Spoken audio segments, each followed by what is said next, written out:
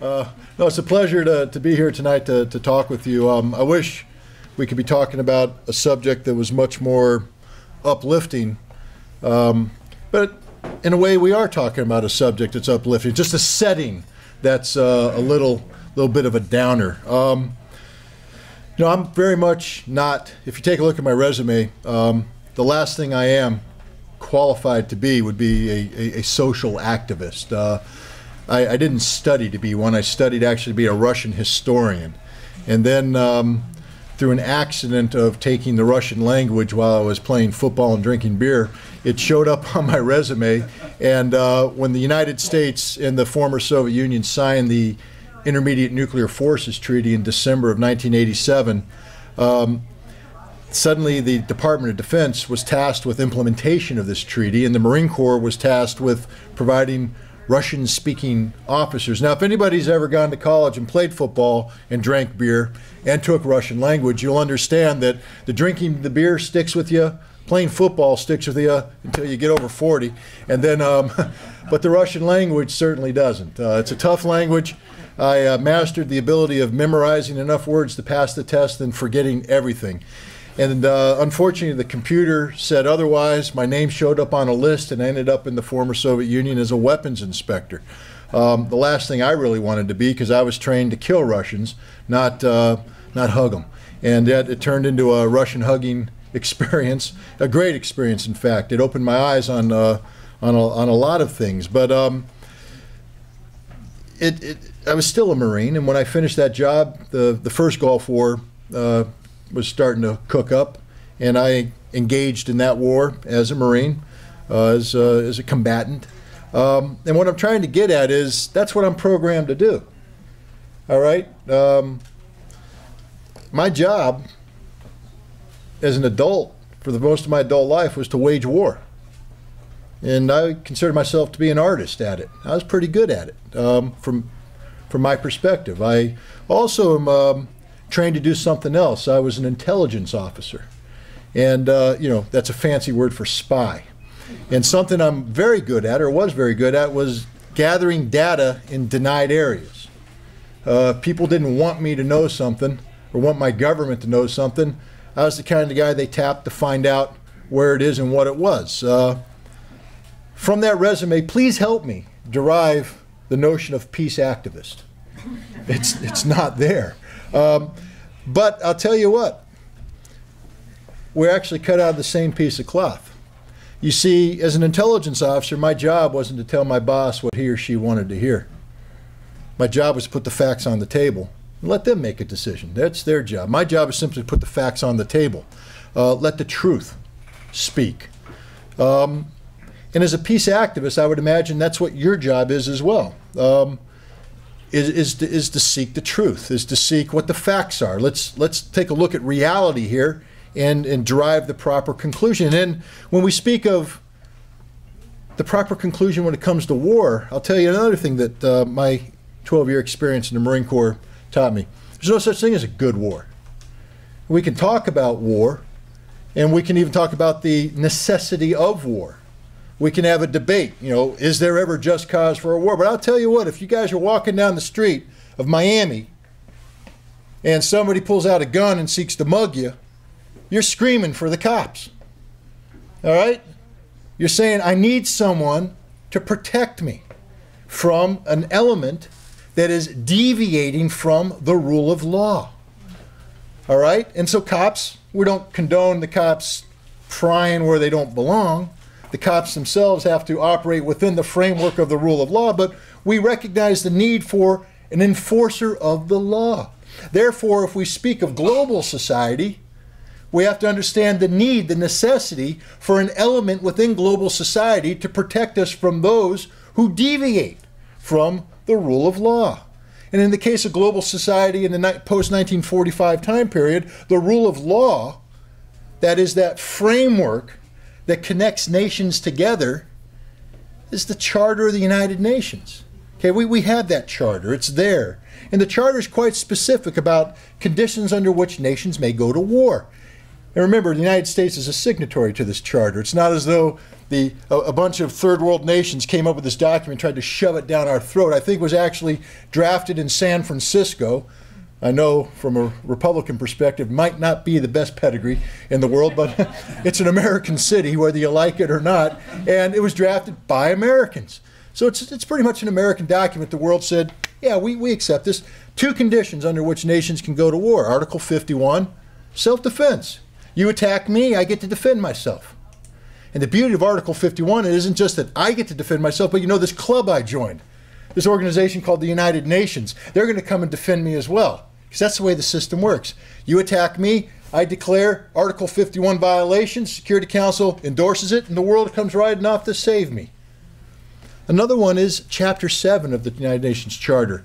Allows for a situation to be determined by the Security Council of the United Nations that if a situation occurs where international peace and security is deemed to be at risk, the Council can pass a resolution under Chapter 7 authorizing the use of military force to restore the condition to that which is acceptable to the world. Those are the 2 conditions. You know what's not in the Charter? Preemptive warfare. Preemptive warfare is not in there for a reason. For a reason. Well, you'll have a hard time finding an international lawyer who will be able to convict somebody for the crime of planning and implementing a preemptive war of aggression. There is precedent. It's called the 1946 Nuremberg Tribunal, where German generals and diplomats were put on trial, found guilty, and executed in some cases for the crime of planning and implementation of a preemptive war of aggression. Now, this wasn't some, little junta of third world judges that carried out this justice. It's actually a former Supreme Court justice named Jackson, Judge Jackson, who made this finding. And Judge Jackson said that the planning and implementation of a preemptive war of aggression isn't just a war crime, it's the supreme war crime, because from this, all other war crimes occur. So I can sit there and say there are conditions under which you might say war is a tragic reality. I won't say necessity, I'll just say a reality of the human condition. But I will also say that there's nothing good about war. And one of the big problems we have as a society is that we've glamorized war. We've turned it into some existential form of entertainment. As long as somebody else is doing the fighting, it's pretty fun to watch, especially in this day and age of instant gratification, where we can get the grainy black and white image of a bomb coming in. We see little people moving around. You've seen the videos. Briefer up there. Ladies and gentlemen, here's an important strategic bridge. There goes a truck going across, there's another truck, and here comes the luckiest Iraqi alive. Ha ha ha, chuckle, chuckle, as a man on a bicycle goes across, and then the bomb takes the bridge apart, and the man keeps riding his bike, and he was lucky. He was innocent. He was about to die from a bomb we dropped. He had nothing to do with this situation. Ladies and gentlemen, war is about one thing and one thing only. Human beings killing human beings. Let's not try and glamorize it, and let's not try and turn it into something that's pretty. It's awful. And we should actually seek to avoid war at all costs, but it's an unfortunate reality. It's there.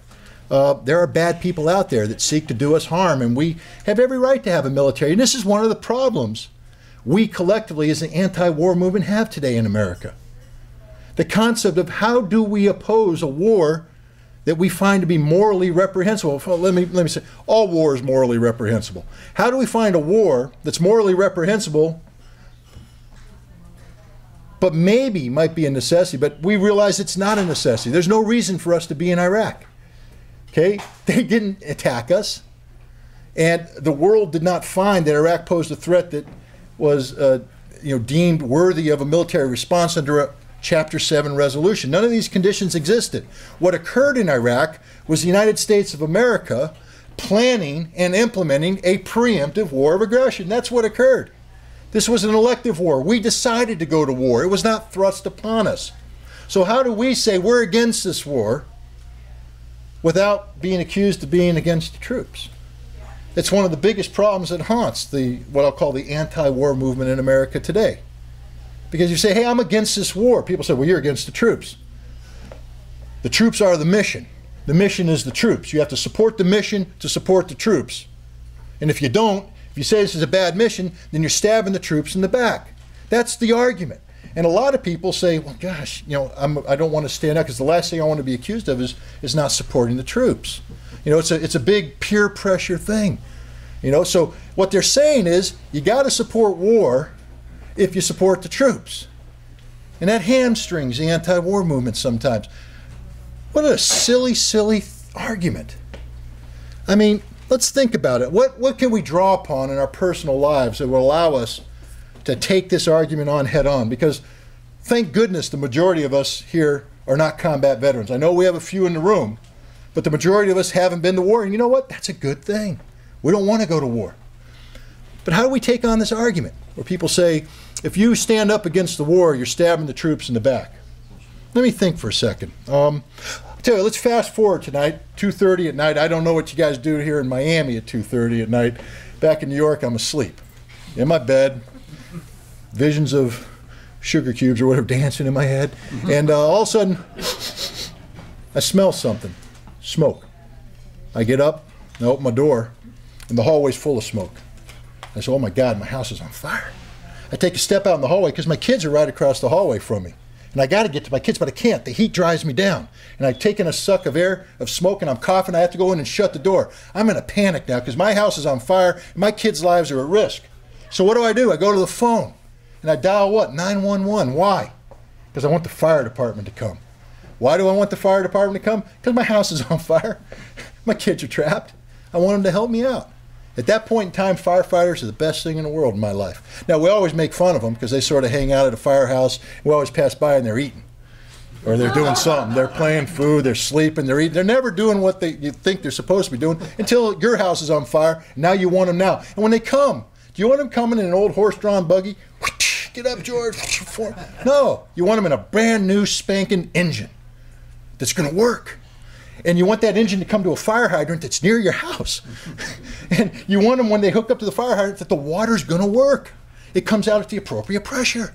And when they pump up that engine, it's going to pump out the water to a hose. It's not going to burst, held by a firefighter in the appropriate gear, who's going to throw a ladder up, take the window, go in, grab your kids, put the fire out, and save your life, save the day. We love firefighters when our house is on fire. Do we not? Do we love fire? We hate fire. We hate fire as a society. Fire is destructive, and we recognize it as such. We do not give medals to arsonists. All right? There's a reason. Because arsonists set fire that destroys society. We despise fire. We hate it. But we love our firefighters. And we want our firefighters to have good equipment, good training, good leadership, so that when we dial 911, they come and put the fire out. That's what it's about, ladies and gentlemen. We don't have to love war to appreciate our military. If there comes a time and place when someone says, there is a threat to our way of life, someone is ready to attack us, someone has attacked us, we dial that national 911. We want our military to show up. Not in old, outdated tanks. We want the best tanks, the best equipment, the best training, the best leadership possible so that they engage and prevail against the enemy. But do we support war? No. We can hate war and despise war and be against war and still support the military, just like we hate fire, despise fire, are against fire, and support our firefighters. What do we do every October? What is October? National Fire Prevention Month. Firefighters go around. I say I'm a firefighter in New York, so that's why I like this firefighter analogy thing. We go around to schools and we tell all the kids about fire, what to do, how to change the battery in your smoke detector, etc. Fire prevention is a national way of life. We have fire codes for how we build our buildings. Believe it or not, our society is geared to be against fire. Why can't we be war preventionists? What's wrong with that? Can't we be war preventionists and still be against war? I mean, still be for the military? Just like we can practice fire prevention, but have a fire department that's well-trained, well-led, well-equipped. And that's the mindset we have to start adopting as a society. One of the things about the concept of anti-war is that it has a negative connotation put in there. Okay, that's fine, I'm anti-war, but it easily adapts itself to being anti-military. Why don't you just say, no, I'm a war preventionist? just like I'm a fire preventionist. I don't like fire. I'm against fire. I want to prevent fire, but I donate every year to the fire department because I think these firefighters are great. Need to eat less. Sorry, they're working on a little bit more, but that's all right. I'd rather have a fire department spend their entire life training to fight fire and never have to fight a fire, especially if the fire's in my house. I'd rather have a military training their whole career to fight a war that they never have to fight. That's a good use of our military, believe it or not. You don't have to use it. I'd rather have a situation where we never had to use our military, but I want one there. I want one there. So first of all, we have to reprogram ourselves to be war preventionists, and we have to address this from that standpoint. It's about the psychology of engaging the American people. And that's one of the problems we have. You know, I didn't want to be an anti-war activist. I don't consider myself to be an anti-war activist. I consider myself to be someone who is simply doing a job. And the job that I do is a job that's derived from an oath I took when I took my commission as a Marine Corps officer. It's an oath to uphold and defend the Constitution of the United States of America against all enemies, foreign and domestic. It's a curious concept. I didn't take an oath to obey the president no matter what. I didn't take an oath to jump off a cliff when Congress says jump. I took an oath to uphold the Constitution against all enemies, foreign, and here's an important part of it that a lot of people overlook, and domestic. The Constitution. I was a defender of the Constitution. I am a defender of the Constitution. I may be a card-carrying member of the Republican Party, but I'm an American first and foremost. And the oath I took wasn't to the Republican Party or the Democratic Party or any political affiliation. It was to my country as defined by the only document that defines my country. And that is the Constitution of the United States of America. It was curious, so I took that oath and I said, well, holy cow, what am I defending? I mean, I took a couple civics classes in high school when I wasn't playing football and trying to drink beer. And then I got to college where beer was available, and I didn't study the Constitution in depth either there. So I started pulling that Constitution out and reading it. Why? Because I just said I'm going to die for it. I'd like to know what I'm dying for. It's amazing how your eyes get open when you read the Constitution. You say, holy cow, that's what my country's really about. Wait a minute, I read the Constitution. Man, women didn't have the right to vote. Slaves were measured as 3/5 of a human person. This is a fundamentally flawed document, is it not? Then you get to the amendments, and you see that as a nation we grew. And as we grew, we improved ourselves. We passed amendments to fix problems in the Constitution. We're still trying to fix problems today. The Constitution is not perfect. It's not the Bible. It's not carved in stone, so to speak. If we the people, and that's an important phrase. You know where that phrase comes from? The preamble to the Constitution. We the people of the United States of America. That's what it starts out as. And that phrase has been found by the Supreme Court of the United States to give ownership of that document, the Constitution, not to the President, not to Congress, but to we the people. It's our document. We own it. Now, I don't want to put anybody on the spot here, but how many people here have actually read the Constitution? Okay, we're doing better. Now keep your hands up. How many of you right now, if 80% was the passing score, could think you could pass a test on the Constitution? Hands go down. Still, we got some people doing well. Maybe constitutional lawyers. I'm in Miami. I'm sure there's some of them here. Tell you what, go to an American high school as I do and speak to the graduating class as I do several times a year. And ask the students there, how many of them have read the Constitution? Less than 10% can raise their hands. Ask of those 10% how many are willing to take a test on the Constitution. And the hands drop down even further. Ladies and gentlemen, how can you defend that which you do not know? How can we speak about outrage, about violations of the Fourth Amendment? You know the Fourth Amendment, protection against illegal search and seizure. What do you think warrantless wiretapping is, ladies and gentlemen? When the government of the United States says we get to listen in on your conversations, monitor your emails, and do anything we want to do in the name of security. Is that not a violation of the Fourth Amendment? I'd like to believe it is. I've actually read the Fourth Amendment in the Constitution. I've gone into the Federalist Papers to try and get insight into what our founding fathers were thinking when they wrote the Constitution, the debates that occurred leading up to the passage of the Bill of Rights. And, you know, the problem is, in this post-9/11 society we live in today, people have bought into the notion that we can give up some of our liberty in the name of security. Benjamin Franklin, one of those founding fathers, said that those who are willing to give up liberty in the name of security deserve neither. And that's absolutely correct. But here we are, we're talking about defending something. The rule of law is set forth by a document which the majority of the American people are unfamiliar with. Now this is a problem, you see, because when we take a look at where we're at, and I'm assuming the majority of the people in here, if I said, would you call yourself pro-war or anti-war?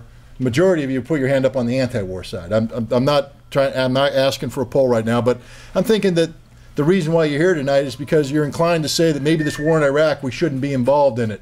Maybe our troops should be coming home, et cetera, or some variation of that theme.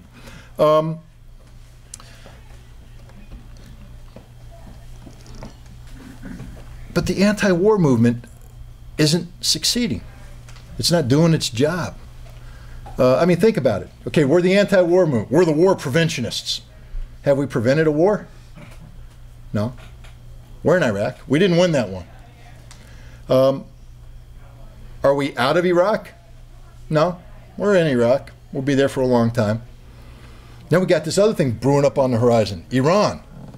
You know, and are we stopping policies being implemented by our government that will slow down or impede a war with Iran? No. We sit back with this democratically controlled Congress and watch the Senate pass a resolution that labels the Iranian Revolutionary Guard Command as a terrorist organization at a time when we have two war powers resolutions in place that give the president carte blanche to launch military strikes against declared terrorist organizations. So the anti-war movement's not doing its job. It's not winning. And so what I did as somebody who traveled around the country speaking out against the war, I never called myself part of the anti-war movement. I was just an American citizen doing his job, defending the Constitution, speaking out in the name of truth. But I associated a lot with anti-war organizations around the country. They're full of really good people who are putting their hearts and souls into this problem. But as a problem, after about 2.5 years, 3 years of working with them, I said, you know, guys, we're not winning. We're losing. We're getting beat. If this was a football game, it's fourth quarter, and it's 60-0, and we got the 0. What are we doing about it? I mean, you know what the definition of insanity is, don't you? You know, where you keep doing the same thing over and over again, expecting the outcome to change? Well, that's pretty much where I put the anti-war movement. It's insane, because you keep doing the same thing over and over and over again, and yet you expect the outcome to change. To somehow, if I have yet another vigil where we hold hands tightly, light candles, and sing Kumbaya yet again, that America will see the light and the troops will come home. No. At what point in time does the activities of the anti-war movement become nothing more than collective self-gratification and stop being a serious social movement to achieve meaningful change in how our society behaves when it comes to issues such as war and peace? And I was very frustrated by the anti-war movement's sort of self-delusion. We'll have another demonstration.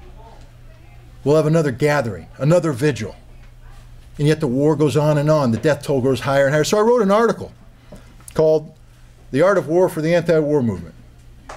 And basically I said, look, it's time that the anti-war movement understand the reality of their current predicament.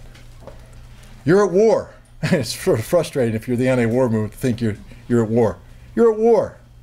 What is war? War is conflict. You're engaged in a conflict right now. You may not know it, but you are engaged in a conflict. And it's a life and death struggle for the future of America.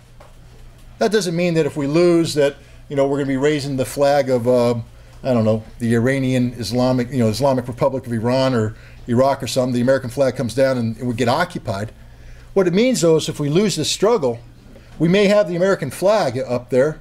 We may have something we call the Congress and the President, but it won't be America. Because if we lose this struggle, it means the Constitution becomes irrelevant. That the Constitution no longer serves as the foundation upon which our nation not only was built, but is governed. If America deviates from the Constitution, we cease to function as America. We are in a life and death struggle as we speak for the future of America, and it hinges on how we collectively address the issue of war. of war.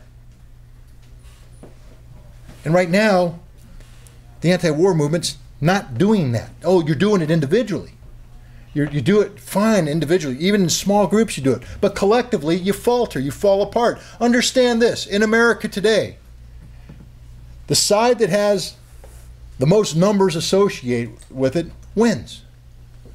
Okay, we still have, it's about the vote. I know Florida's a bad place to bring this up. Especially West Palm Beach, Florida. But generally speaking, if you got more people on your side, you win. The anti-war movement doesn't have the numbers. It's not organized for victory, and this is what you need to understand. You have to organize for victory. We're talking about strategy. The art of war is derived from a book written by a Chinese warlord named Sun Tzu. All right? Read Sun Tzu. And if you don't want to read Sun Tzu, read read Clausewitz, read Napoleon, read about warriors who have mastered the art of conflict. And I'm not trying to say the anti-war movement needs to learn how to fix a bayonet and shove it and twist it. I'm saying that you need to learn about concepts of strategy. Where do you want to go? What's your overarching objective? And then how about operational art? How do we get there? What are the four things we say need to be done to get to our strategic objective? And then the tactics that make this work. Linking strategy with tactics, not just in a singular event, but over a course of time called a campaign. Military professionals have been doing this for centuries and succeeding. And the war preventionists, the anti-war community, needs to start doing this themselves, or else they will find that they will lose and lose and lose. And what's the consequences of losing? The consequences of losing are stark. The end of America as we know it. Like I said, it doesn't mean the flag comes down and the communists are in charge. It means that we may call ourselves Americans, but we no longer function as Americans. So the challenge to you is how do we organize in this manner? And this is why I wrote the book, The Art of War for the Anti-War. It's a challenge to you to wage peace with all the intensity and ferocity that people wage war. Except I'm not talking about bringing about death and destruction. I'm talking about bringing about a change on how America interfaces with the rest of the world. Right now, that which defines who we are and what we are is basically a militaristic approach. Think about the ultimate statement of national hubris. 300 million people dictating to 6.8 billion people the terms of coexistence. Now you understand how America interfaces with the rest of the world. And the challenge to us is to walk away from that notion that we alone are right and figure out a multilateral approach to do it. And what is that? The rule of law, the Constitution, the United Nations Charter. And if you do that, you've identified your center of gravity, that's another military concept, around which you can build a campaign based upon strategy, operational art, tactics. And we might prevail so that next time we talk about the score, we can at least put up a victory. You know what a victory would be? Not going to war in Iran. So that's the challenge I put to you. Not just to talk about how to get out of Iraq, but how not to get into Iran. I'm getting the signal that my introductory comments have gone on long enough, so now we're going to open it up to the floor for questions. Anybody have any questions at all about the art of war for the anti-war movement? Yes, sir. As a focal point, the attempt to indict Rumsfeld in France and bringing the UN in to bear on our own leadership. I understand that the government is passing laws that if any of us support that kind of activity, we can go to jail. What do you believe about that, and where's our freedom of speech going? How threatened do you feel, for example, when you talk with us about what we can and can't do? Well, I mean, I've read the Constitution. The question. I don't think I heard it. All right, the question dealt with the issue of, for instance, France is trying to, I guess, indict Rumsfeld, and then you indicated there's laws being proposed that would make any American who supports that kind of action, that would be a crime. So the question is, how do I feel about this? Is this an infringement on our freedom of speech? And then a derivative is, do I feel threatened about speaking out? In short, I don't feel threatened about speaking out. I mean, the beauty of our Constitution and the fact that we still have a viable constitution is that we can sit here tonight and have this kind of conversation without fear of jackbooted thugs coming, kicking down the door and dragging me and anybody in this audience off. I don't know how much longer this confidence will exist. Again, if we continue to give up our security in the name of, or our freedoms in the name of security, we'll have a problem. I just don't see a law being passed that would limit our freedom of speech when it comes to expressing support for say, the indictment of Donald Rumsfeld in France or elsewhere. You know, there might be politicians who make this noise. Remember, even the great John McCain, and I say that with all the sarcasm I can muster, talked about, you know, declaring MoveOn.org to somehow be a treasonous organization that should be kicked out. There's no seriousness to that statement. It was a stupid statement. I'm actually glad he made it because it shows the rest of America what kind of leader this would be and maybe reduces his viability. But the point is, we have to defend freedom of speech. I had a very interesting lunch with Dr. Prensky, and we talked about the McCarthy period, McCarthyism. You know, you don't have to go too far back in American history to find out there was a time when there wasn't freedom of speech, where you were held accountable and there were consequences to play that were paid. And we have to defend against the resumption of this. Terrorism may become the new red threat. And anybody who you know, speaks out in defense of our freedoms may be deemed to be supporter of terrorism if those freedoms are seen as somehow giving a safe haven to terrorists. You know, I would say that if you're for the indictment of Donald Rumsfeld, and I am, and they call that sedition, let's sedition begin here tonight. Let's indict Donald Rumsfeld for his war crime. But rather than waiting for the international community to do it, I'm tired of Americans saying let's support the European. How about us doing it? How about the United States holding Donald Rumsfeld accountable for what he's done? How about holding Dick Cheney accountable for what he's doing? How about holding George W. Bush accountable? Let's not wait for a so-called international court to solve our problems for us. These are problems that are derived from the failure of the American people, and therefore it's up to the American people, I think, to fix these problems. Next. Yes, sir, in the back. Speaking of the failures of the American people, a successful military campaign relies upon command, chain of command, and good organization. How do you get disparate groups of anti-war activists to coalesce around an idea and give up some of their autonomy to the larger cause? You know, a key element, and I mentioned this in the book, is the concept of identifying a center of gravity that all agree upon. And that's why I'm a big proponent of the Constitution of the United States of America. It seems to me that the pro-war element has accepted a form of logic that says that the Constitution, you know, isn't a suicide pact. I don't know if you've ever heard that argument.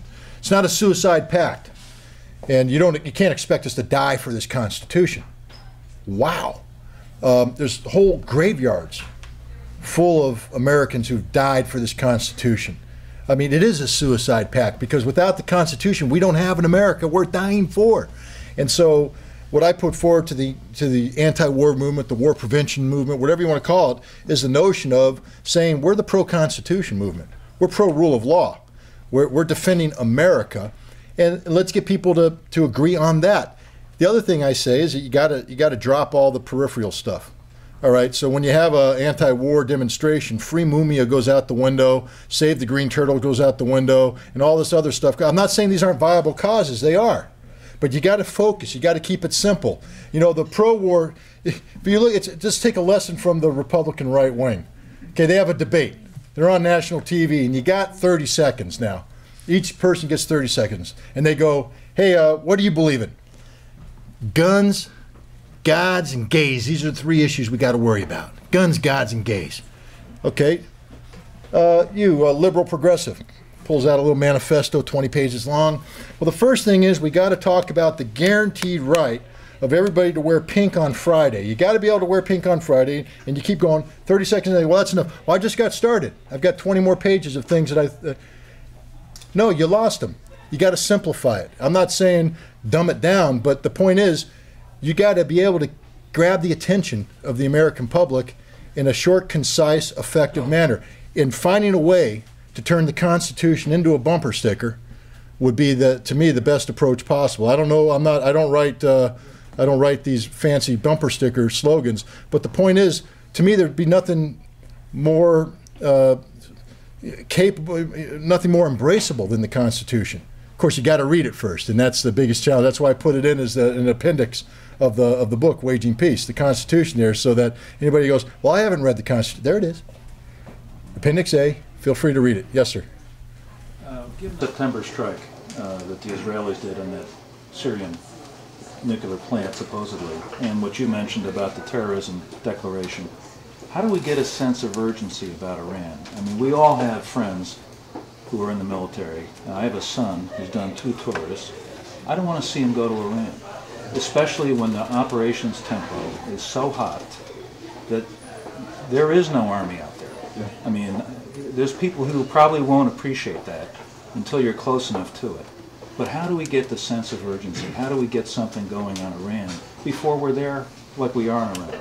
No, it's a good question. Where, you know, it's given the September strike, the Israeli strike against a alleged nuclear target in Syria, and given the Senate resolution calling the IRGC a terrorist organization, given all the rhetoric that's going on, how do we get momentum to stop a war, head off a war in Iran before it happens? You know, and the gentleman made a good point. You know, we don't have the military wherewithal to, I would say, sustain a fight with Iran. We can always initiate a fight. It's the sustainment that becomes the problem. Oh, it even gets worse than this. Right now, the planning, the thinking in Washington, D.C., at least from the perspective that others have made me aware of, isn't to invade and occupy Iran. They've actually simplified it now to a limited airstrike of 3 days to 7 days, depending on the targets and Iranian response. A limited airstrike, and that there's not going to be a need for military forces to go in. Well, that's curious. I mean, I'm not a 4-star general, but I've always been trained to understand a couple things about war. One, no plan survives initial contact with the enemy. So what we may call a limited strike in its initial phases, we're not in control because, part 2, the enemy has a vote. All right? And we don't get to change that vote. We don't get to recount it. They get the vote. And so if we start the game, they're going to respond, and we don't have any way of controlling their response. And then it just escalates out of control from there. You know, what happens if the Iranians decide that they are going to shut down the Straits of Hormuz? And now they do it. Now 40% of the world's oil supply is choked off. Well, we're going to have to put Marines in to execute War Plan or Op Plan 1076 or whatever it is nowadays to secure Bandar Abbas and the Straits of Hormuz. Where are these Marines going to come from? And then what happens if the war drags on? Now the Marines are there, but they can't move forward. So maybe the Army now has to execute its Op Plan to go into Azerbaijan and punch a corps down the Caspian Sea coast, the outskirts of Tehran. Where are they going to get that corps? We can generate that corps. Right now our military is divided into a big pie, into thirds. 1/3 of our military is out there fighting the great global war on terror. 1/3's coming back from the great global war on terror, and the other third's getting ready to go over and fight. So we rotate like this. We can go into Iran, simply hold the pie in place, keep the third engaged, and bring the other third up, and now we've basically got enough troops to do it. Now sustain that, and that's the problem. How do you sustain that? And we can't. And this is where it gets frightening, because if the United States initiates conflict with Iran, and it doesn't stay limited in scope, it expands beyond our capacity to contain it with conventional military forces, and the consequences of our actions are such that we now have dire economic situations emerging. Oil is already $100 a barrel. If we go up against Iran, you're talking about oil hitting 200, 300, maybe even $400 a barrel. Now, I'm not an economist, but anybody ever heard the term hyperinflation? Because you have to understand, you may not know it. I mean, we just had Thanksgiving, but price of food in America has gone up 15% in the last 6 months because of the price of oil.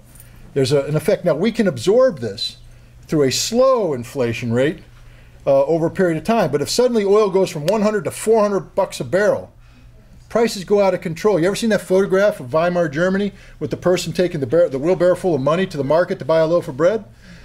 You think the dollar's weak now? Wait. And now what happens if you have a president now who's under horrific political pressure because the war isn't going well? We don't have the conventional forces to resolve the issue. What do? Well, we just happen to have a president that's bought off on a new concept called usable nukes and has changed the American nuclear implementation policy to allow for preemptive use of nuclear weapons in a non-nuclear scenario. And this situation just goes over again. And now you have to ask yourself again, why are we attacking Iran? Because they're an imminent threat? They're not an imminent threat. Even the CIA itself says they're 5 to 10 years away from a nuclear bomb. And there's no evidence that they're producing a nuclear bomb, that they have a nuclear weapons program at all. That's all hyperbole, rhetoric, speculation, no fact. 10 years. Ladies and gentlemen, Miami is 10 years away from having a nuclear bomb. My hometown of Del Mar, New York is 10 years away from having a nuclear bomb. When the CIA says that somebody is 10 years away, it means they don't have any information whatsoever. They're making it up as they go along. There's no imminent threat from Iran worthy of the concept of military intervention. Therefore, why are we planning it? And the answer is it's about domestic American politics, the politics of empowerment. This is the pro-war element, that military-industrial complex that we've been warned about since the days of Dwight Eisenhower at play here. And that's what we've got to organize to fight and overcome. Yes, sir, you had your hand up. Too bad you weren't in real service, the Army. But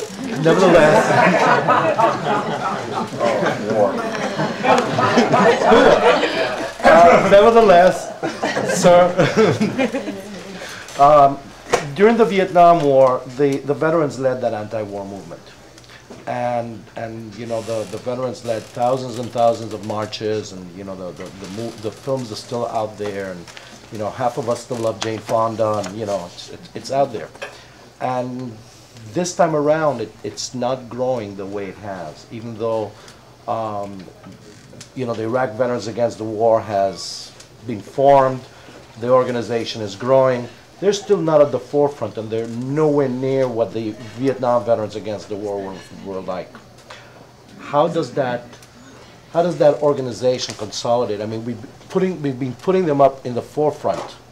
How does that organization consolidate and get the support of the American people? They're not doing it. Yeah. These are veterans. These, you know, you know, we're still getting called, you know, commie lovers, Jane Fonda lovers, traitors. We're aiding and comforting the enemy, and all that stuff.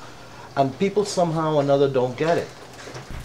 No, I agree with the frustration, and it's good that the soldiers continue to come to the Marines for the answer. So just zing one back at you, buddy. But but again, I was just a kid during the Vietnam War, so I don't know. I wasn't part of that movie. I've read about it, and we all know about book learning. It's like going to a fire academy and you come out with a great certificate and you show up at your first fire and someone says, now take that certificate and put the fire out. Well, you can't. You need to do it. Vietnam, I'll say a couple things. One, there are more soldiers in Vietnam than there are in deployed. So there was a larger. Two, more of them are coming home in body bags than come home. Thank goodness. I'm not saying that, but you know, the problem is America's not bleeding enough, and the only people that care right now in America are the families of the men and women who wear the uniform. There's not a conscript military today. The closest thing we have to a conscript military is the National Guard and the reserves, which have basically allowed this president to carry out a backdoor draft to keep this war going. But it's not as though the American youth have been asked to make a sacrifice, as America has been asked to make a sacrifice. So it's very difficult to talk about getting the kind of momentum domestically that's needed. We don't identify with this war. The other thing I'll say is that we don't have a media that's behaving in a manner which replicates the integrity that occurred in the 60s. We don't have a Walter Cronkite that's getting out there right now saying, you know, this war is lost, that we've done. We have a kiss up media. I don't know how many people read the New York Times today, the Sunday Times. The two big stories. We won the war. It's over, man. It's there. The surge worked. We're 5,000 troops coming home. It's great. It's time to applaud. And the Democrats now, the New York Times has declared the Democratic Party to be impotent on this issue. They pretty much said that because the things are going so swimmingly in Iraq that the Democrats don't know what to say now. They're afraid to speak out in defense of the war. So it's a huge problem. The bottom line is, unless you get America to adopt the concept of that everybody who wears the uniform of the armed services are our sons, that we care about anybody wearing that uniform, A lot of people say we have to have a draft in order to get this. That in order to make America care, you got to threaten them with the draft. I don't want to go to war with a conscript military. The war is too complicated today. The weapons are too sophisticated. We need a professional military, but what we need, first and foremost, is an America to embrace its military. Our soldiers are volunteers, but they're not legionnaires, and they don't work for the president exclusively. They took an oath to uphold and defend the Constitution, and we should hold them to account to ensure that before we ask them to make a sacrifice, that it's in a cause worthy of the sacrifice. But so many Americans don't even understand where Iraq is and what Iraq is and what the problem is. They don't know why we're fighting. Many Americans still believe that Saddam Hussein was linked to the events of 9/11. A lot of Americans believe there's still WMD to be found in Iraq. And now they're buying into the notion that Iran is somehow linked. It's about educating and informing the American public so they give a damn. The problem is it's going to come around. I think eventually the American public will wake up. But how big of a war memorial do we want? If you take a look at the Vietnam War Memorial, this is a war in Vietnam in 1966. The chairman of the Joint Chiefs of Staff knew we lost.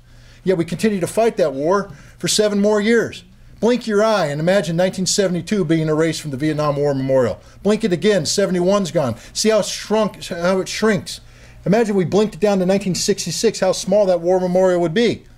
Right now, America needs to realize we've lost the war in Iraq. It's not worth fighting. Not one more American should die, but we can't get support for bringing this war to an end, and we're just going to keep losing Americans. But the majority of the soldiers know that they're running convoys for Blackwater. The soldiers know this. The returning soldiers know this. Excuse me. Yeah, but how do you translate that into meaningful political change? I'm asking you. Okay. the bottom line again is that I think it's, and this is a statement I'll make. The day we, the American people, rely on our soldiers to do our job, because let's remember that the job we're talking about is our job. It's not the job of the soldiers to oppose bad policy. Soldiers implement policy, and if you read the Constitution, you understand that the military falls under civilian leadership for a reason, that we don't want a politicized military. Their job is to implement policies made by civilians. So instead of sitting there saying we need the soldiers to rise up against this conflict, they will over a course of time. It's a bad war, they will.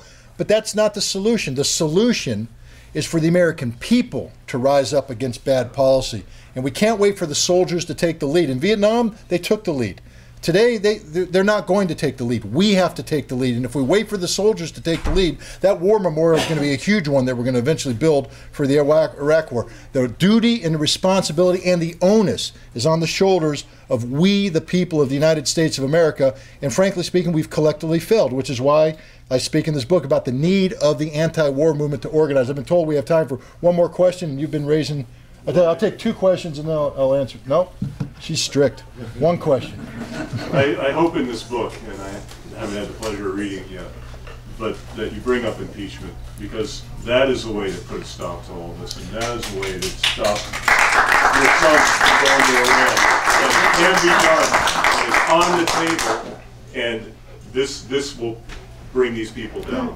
What I bring up in the book is the rule of law is set forth by the Constitution. And I mentioned in the book that impeachment is a constitutional remedy. All right? But we don't live in the Old West. Impeachment cannot be a catchphrase for a lynch mob. And that's what we have to ensure doesn't occur here. We can't, because that's just not what impeachment is. A process.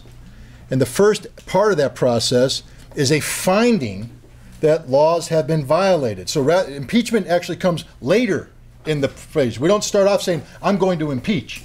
We start off by saying, we're going to investigate. Whether what's happened here. I'd like to give you a good one to investigate. The lead up to the war in Iraq.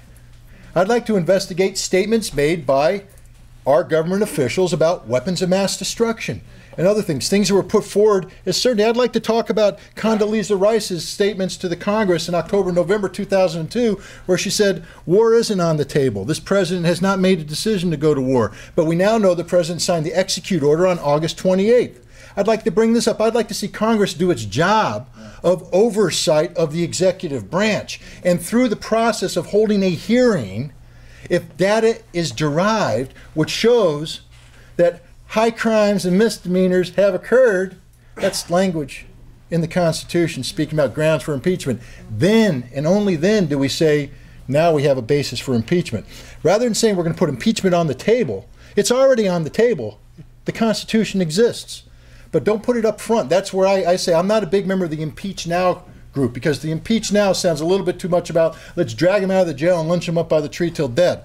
I'm a big favor of Congress doing its job in accordance with the Constitution. And if Nancy Pelosi wants to sit here and say tonight that she will not authorize a hearing into the actions of the Bush administration in the lead up to a war that's cost nearly 4,000 Americans their lives, then she doesn't deserve a job. Well, that's what she is saying. That's what I know she is. But the point is, I think if we took it another... It's simply an indictment, so we agree with you. Fine, but... The only way these people are going to tell the truth is when, if ever, is to have to raise their hand. I agree. Take an oath. And let's make them do that. I'm in favor, but that's a hearing, not an impeachment. That's a hearing. Thinks an impeachment is a lynch mob. It's a process. No, you don't. You don't have to impeach. You have to have a hearing before you can get the impeachment. You have to have a finding that a crime, that there is reason to believe this has occurred or that it has occurred. High crime and misdemeanor now is grounds for impeachment. But we have to determine that a high crime and misdemeanor has occurred and there is an official process for that. That's what I'm in favor of. I think we're on the same sheet of music. We're just talking about semantics right now. But ultimately, the constitutional remedy for malfeasance on the part of the executive is impeachment. And I think we can agree that there's reason to believe that serious malfeasance has occurred at the highest level. And if America's going to stand for anything, if we're going to claim to be supporters of the Constitution and claim to be people who believe in the rule of law, nobody is above the law, not even the President of the United States of America. And if America is going to be America, not only today but in the future, we have to hold everybody accountable, including the President. Sure, under oath. Thank you very much. That's